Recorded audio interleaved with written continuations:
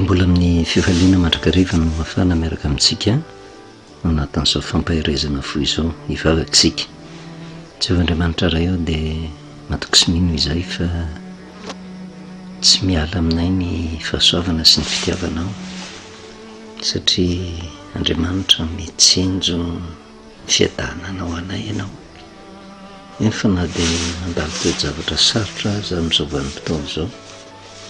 ary araka ny teninao dia miainao anatin'ny vanim-potoana farany. Tsy maintsy ho avy Kristy, ho ravo izao tontolo izao. Kanefa ho an'ny olona mino anao Tompo, dia afaka miditra an-tsehatra mandrakariva ianao, mba hitondra fahasoavana ho azy, hitondra fiarovana, na dia mahafiara ny zavatra andalovana. Fa nainao masina no arotsay indray mba hamantaranay ny sitraponao, ahafahanay mizaha toetra ny tenanay na andeha mahitsy, na mbola hiazona ny lasitra fototra izay manjoanay. Dia matokisymino fa amin'ny fifaliana sy fanantenana ao anay ianao. Tenena ry Jehovah fa meno mpanomponao amin'ny anaranao Jesosy. Amen. Ary miaravantsika amin'ny anaran'i Jesosy manonona ny fahasoavana sy ny fiadanan'ny Tompo amintsika mandrakariva. Somary lavalava ny fizahantetoetra ny fanahy ary io tsy araka ny eritreretin'ny olona hoe mivavaka fotsiny dia mangataka amin'ny fanan'Andriamanitra dia tonga dia eo ny eo dia ahafantatra, mizaha toetra ny fanahy isika. Fa ny fizahantetoetra ny fanahy tsy azo raha tsy mandinika soratra masina. Kanefa eo ambany ny fitarihan'ny fanahin'Andriamanitra mandrakariva. Eny am-pandehanana iny dia matoky fa azava amintsika izay tian'Andriamanitra ampitaina amintsika. Ary izay fizahantetoetra ny fanahy izay no mitarika antsika mantatra an' Jesosy. Ary Jesosy manahoana ny fototro ny fidoriana ny filazany tsara, dia ilay nambaran'ny Paoly apôstôly hoe nimitsy hafantatra zavatra hafa teo aminareo afa-tsy Jesosy Kristy, indrindra ozy fa izy vao omby teo amin'ny hazo fijaliana. Tsy le fahafatesany fotsiny fa le fahatakarana fiainan'i Jesosy tonga tetỳ amin'ity zao tontolo izao ty raha adika ilay Andriamanitra nanapa-kevitra mba hiara-monina amin'ny olona dia miaina nandritra ny vanim-potoana voafetra, dia nandalo fahafatesana, dia nitsangana tamin'ny maty. Ary izay sompiainana nandalovana hitan'ny maso tetỳ amin'ity zao tontolo izao ty, ny tsara ady adina mba hatakarantsika n'Andriamanitra, ahafantarantsika an'i Jesosy, ary indrindra hamantarantsika ny fanahy. Ary izay no mahatonga antsika miresaka hoe tsy azo moramora foana ny fizahantetoetra ny fanahy raha tsy mandinika soratra masina. Dia nitodika tamin'i Jesosy isika, fa nanoresahana kanefa tsy maintsy todika amin'i Jesosy, satria rehefa tsy haintsika mizaha toetra ny fanahy dia na ny Jesosy izay hivavahantsika raha mety tsy fantatritsika ny vavaka sandratra aminy, dia eo no mahatonga ny olona diso fanantenana, satria mangataka. Dia araka ny tenin'i Jakoba hoe mangataka diso fangataka, tsy mahazo na inona na inona. Resaka an'izay Jesosy izay tsika dia mampatsiaro kely ny Jaona toko 13 izay ifitoran'ny fanazavana, teny fampitahana nataon'i Jesosy hoe tahaka ny nanaratan'ny Mosesy ny menarana tany anefitra ozy ny tsy maintsy nanratana ny zanak'olona mba sy famonjena izay rehetra mino azy. Misy famitahana menarana varahana natsangan'i Mosesy sy ny hazo fijalian'i Jesosy Kristy, izy ny antona teo amin'ny hazo fijaliana. Raha adika amin'ny teny tsotra zany dia izay le famitahana izay mifono zava-dalina. Raha hijanona fotsiny any amin'ny testamenta vaovao tsika dia tsy hafantatra ny momba an'i Jesosy. Nefa raha hijanona koa ao amin'ny testamenta taloha dia tsy fantatritsika ny antom-pisiny ny fahatongavany tetỳ amin'ity zao tontolo izao ty,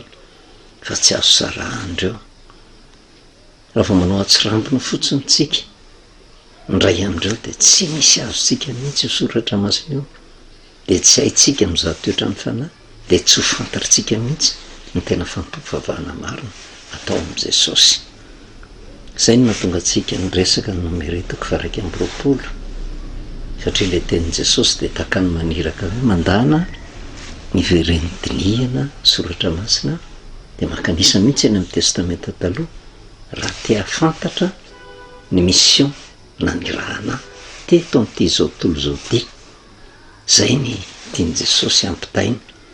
Aleo tsy mijanona fotsiny araka ny teny Paoly apôstôly hoe mini tsy hafantatra zavatra hafa teo aminareo afa-tsy Jesosy indrindra, fa izy voaomby tamin'ny hazo fijaliana de araka ny fantatritsika hoe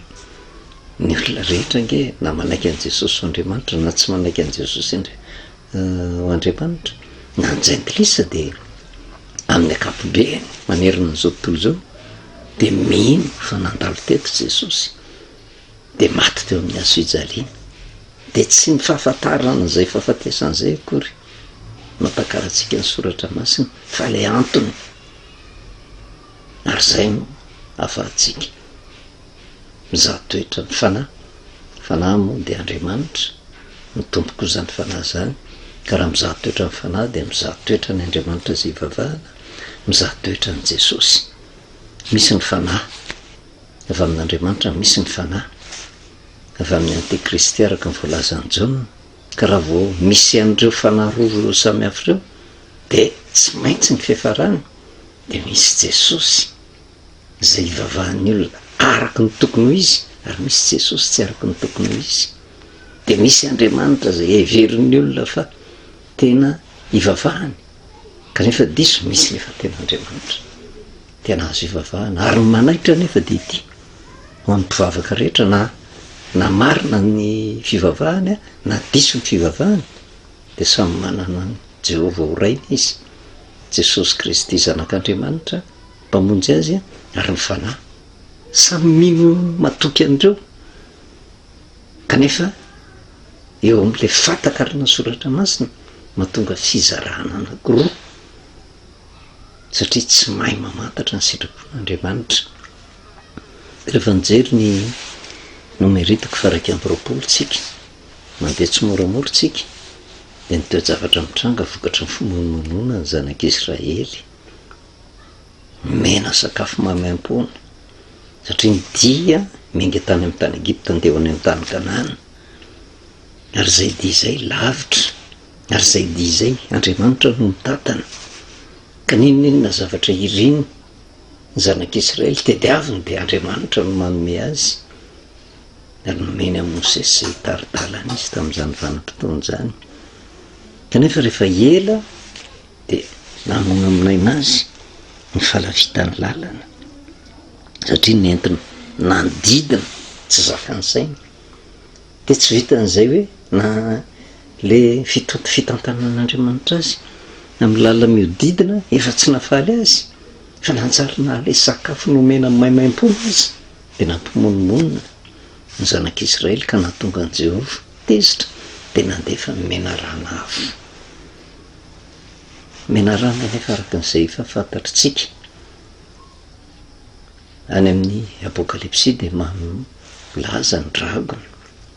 devoly sy Satana zay mamitaka izao tontolo izao. Ary inona ny tanjona ankendreny? Ny hamono hitondra fahafatesana ho an'ny olona. De raha miverina tsika ty amin'ny nomeritoko faraika amby roapolo, satria zany rehetrarehetra zany tsy azo tsinitsiniavana. Indraindray ny olona rehefa mandinika soratra masina de maninona natao lavabe takan'izany ny fanazavana, fa maninona raha tonga de mena formule fotsiny araka le filazantsika azy, fa tsy zay miaraka amin'Andriamanitra, tsy formule, fa miaraka amin'Andriamanitra fiainana iainana andavanandro. Ka reto zanak'Israely reto rehefa mimonomonina de inona ny zavatra mitranga ny 5 Jehova de nampandeha ny menarana afo teny amin'ny olona ozy, nanaikitra ny olona ireny de nahafatesana be ny olona Israely, mitondra fahafatesana ho azy. Ary ny menarana afo tsy hoe nanaikitra fotsiny ny zanak'Israely hoe tena tonga de netraketraka fotsiny tamin'izao, fa vokatry ny fimonomonana tsy fakasitrahany amin'ny Mosesy Jehova de navelan'Andriamanitra mihitsy ny menarana hamely azy tsisy azon'Andriamanitra natao. satria safidin'izay andriamanitra ve de ho adalaka etraketraka amza zanak'olombelona zay ny fironony de izy no andeha haniraka hoe reny menarana vonoa ireo fa raha ny tena maro no ambadika ny soratra masina andriamanitra tsy manana toe-tsaina am'izany fa le fomba filazan'ny soratra masina de entina ilazana hoe ny safidim-pon'ny olona ihany mahatonga fahafatesana ho azy safidim-pon'ny olona ihany mahatonga le devoly le mena ranafo manaikitra azy raha miverina kely tsika any amin'ny genesis toko fa roa jereo fitsara ngay fa niseho tamin'ny alalan'ny mena rano satana genesis toko faharoa andiny fa 9 ka hatramin'ny fa 7 ary Jehovah Andriamanitra nandidy an'ra lelaka nanao hoe ny azo rehetra eo am'sa de azonao hinanana ihany fa ny azo fahalalana tsara sy ny ratsy de azo hinanana fa amin'ny andro izay hinananao azy de ho faty tokoa ianao. Nisy safidy mazava tsara napetraka Andriamanitra tamin'ny Adama sy Eva, misy ny fiainana de misy ny fahafatesana. Raha dika amin'ny teny tsotra azonao hoanina ny azo rehetra eo am'sa fa ny voan'le azo fahalalana ny tsara sy ny ratsy no aza hanina fa amin'ny andro izay hinananao azy de ho faty tokoa ianao. Fantatritsika genesis toko faharoa 9:7 ary nampandririny Jehovah Andriamanitra teo amin'ny tany ny azo rehetra izay mateiza sady tsara ho fihinana ozy ary ny azo naina teo voany sa sy ny azo fahalalana ny tsara sy ny ratsy. Teo voan'ireo sara eo de nisy hazo anankaroa de ny azo naina sy ny azo fahalalana ny tsara sy ny ratsy izay Andriamanitra no nampaniry an'ireo ary matoa nampaniriny eo tsara na ny azo naina tsara na ny azo fahalalana ny tsara sy ny ratsy. Fa mipetraka eo le safidy apetraka amin'ny zanak'olombelona mariky ny fitiavan'Andriamanitra de nambaran'Andriamanitra azo hoanina daholy fa ny voan'le azo fahalalana ny tsara sy ny ratsy ny azo hoanina ankolaka ny tenenan Jehovah na ny voan'le azo naina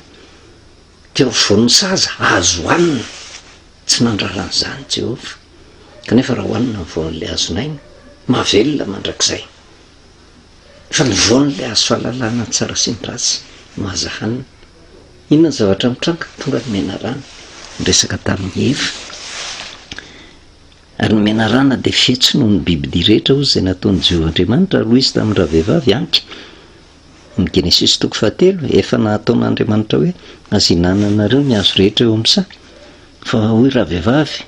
tamin'ny mena rana ny voan'ny azo am'sa de azona hinanana ihany fa ny voan'ny azo eo voan'ny sa kosa nefa nataon'Andriamanitra hoe azo hinananareo natendrenareo zany fa andreo maty ianareo. Ary hoy mena rana tamin'ny ravehivavy tsy ho faty tsy akory ianareo fa fantatr'Andriamanitra fa amin'ny andro izay hinananareo azy de hiratra ny masonareo ka ho tahaka an'Andriamanitra ianareo alala ny tsara sy ny ratsy. Misy an'le Jehovah Andriamanitra izay milaza mazava ary zay le tsy azo idofirana fa marina ny tenin'Andriamanitra raha mihinana ny voan'le azo fahalalana ny tsara sy ny ratsy ianareo de ho faty. Le mena rana izay tandindon'ny devoly mamitaka tsy ho faty tsy akory ianareo tsy ho faty tsy akory ianareo fa ho tahaka an'Andriamanitra ianareo le maizy le olona ny kitihan'ny devoly mba tsy ionona amin'izay toerana misy azy fa hitady mihoatra kokoa anahaka an'Andriamanitra. Inona ny zavatra mitranga nanampitsofina manoloana ny didy napetraka Andriamanitra fa miainy ny feon'ny mena rana fa rehefa ninana tonga ny fahafatesana. Ny feon'le fahafatesana tsy fe tonga de maty tsy dradrano tonga de nalevina teo fa ny feon'le fahafatesana de fahoriana tsy talana menjady amin'ny zanak'olombelona vokatry ny safidy izay niraisiny izay tsy maintsy mefara amin'ny fahafatesany mofo satria tanjona kendren'Andriamanitra tany am-piandohany mba hampaharitra mandrakizay ny olombelona izay ny fironony fa vokatry ny fanekeny ny sain-daliny Satana le mena rana le devoly sy Satana de mihinana izy tonga ny fahafatesana mira fahoriana fijaliana tsy misy fiadanana na fitsarana ary safidy ny zanak'olombelona zany ka nateo ara ny fitaka nataony mena rana tsy afaka nometsiny mihitsy hoe anga tena ratsy ny mena rana ka le zanak'olombelona no nanaiky le toromarika zay nomeny satana de tafiditra ny fahafatesana ary le fahafatesana de mitomboka amin'ny fahoriana tsy hitalany ary toe zavatra takan'izany ny zavatra mitambatra ty amin'ny numéri 120 vokatry ny fimono monona de nampandehanan'Andriamanitra mena rana hafa ankolaka zany no hitenenan'i Jehova eto hoe toe-tsain'le mena rana ke io narahanareo io tsy mataty ny fitantanako fa zany mahafantatra fantatra fa misy hitsin-dalana tonga de tonga any amin'ny tany Kanana fa tsy mahasoanareo zany fa zany nahary tongotra anatananareo araka ny teny zay nilazaiko taminareo ohatran'izany ny eritreritry Jehova hoe Jehova hiado anareo nareo kosa ankina de Jehova nomelo lalana mitantana de mitondra anareo amin'ny lalana miodidina fa mahasoa anareo zany tsy zakanareo le izy fa maninona tsy zakanareo misy toe-tsainy mena rana tonga tao an-tsain'ny zanak'Israely tsy fatotsy akory ianareo ary hatramin'le sakafo nomen'Andriamanitra le tokony hoaniny le mana de nanjary nampimonomonina azy mahamono aminaina fanala itony mofomofony itony dikan'izay nandray fanapahan-kevitra tsy hinana intsony le sakafo natolotra Andriamanitra azy de mivokany andefa mena rana hafa de mitovy am'le nanjoany Damaseva ihany nafatesana be dehibe ny zanak'Israely tamin'izany vanim-potoana zany misy nefa mivoakaikitra teo natrehan'izay de nangataka fifonana tamin'ny Mosesy de nakeo Mosesy ny olona ka nanao hoe ny numéro 1:27 efa nanoty izay fefa ny tena nometsiny an' Jehova senao fony am' Jehova izay mba nisorany mena rana aminay de ny fonao amin'ny olona Mosesy ary Jehova taminy a manaova mena rana hafa ka antony amin'ny hazo lava ary zay rehetra voakaikitra de ho velona raha mijery izany de nanao mena rana varahana Mosesy ka nanantona azy tamin'ny hazo lava ary zay olona voakaikitry ny mena rana ka nijery le mena rana varahana ozy de velona zay natao hoe sitrapon'Andriamanitra ny sitrapon'Andriamanitra de ny aneken'le olona le teniny inona le teninan'Andriamanitra raha mahatsiaro fa voakaikitry ny mena rana raha nahatsiaro fa ny safidy hanao ny ratsy ka mbola mahatsiaro fa velona de nibaiko men'Andriamanitra mitodi de jereo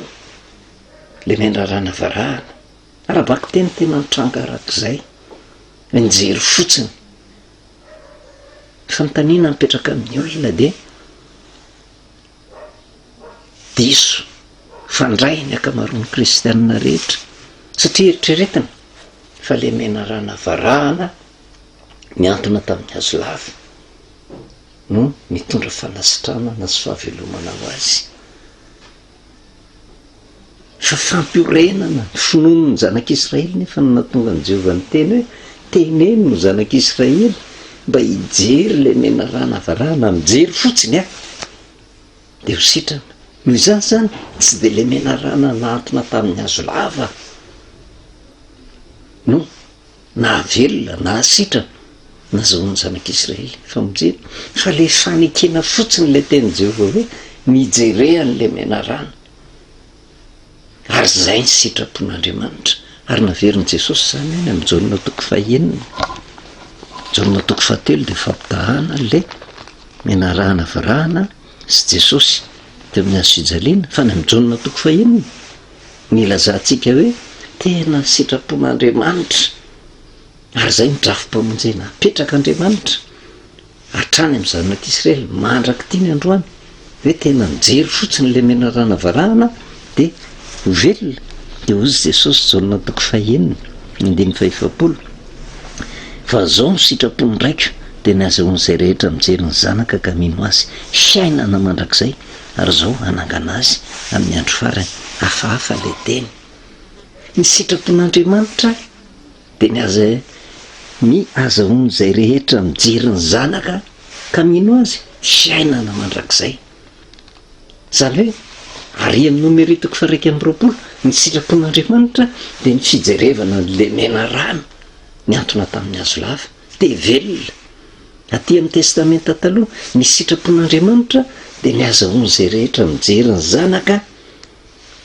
ka mino azy fiainana mandrakizay. Fa ny olona manahoana no mijery ny zanaka, ny olona manahoana no mijery ilay menarana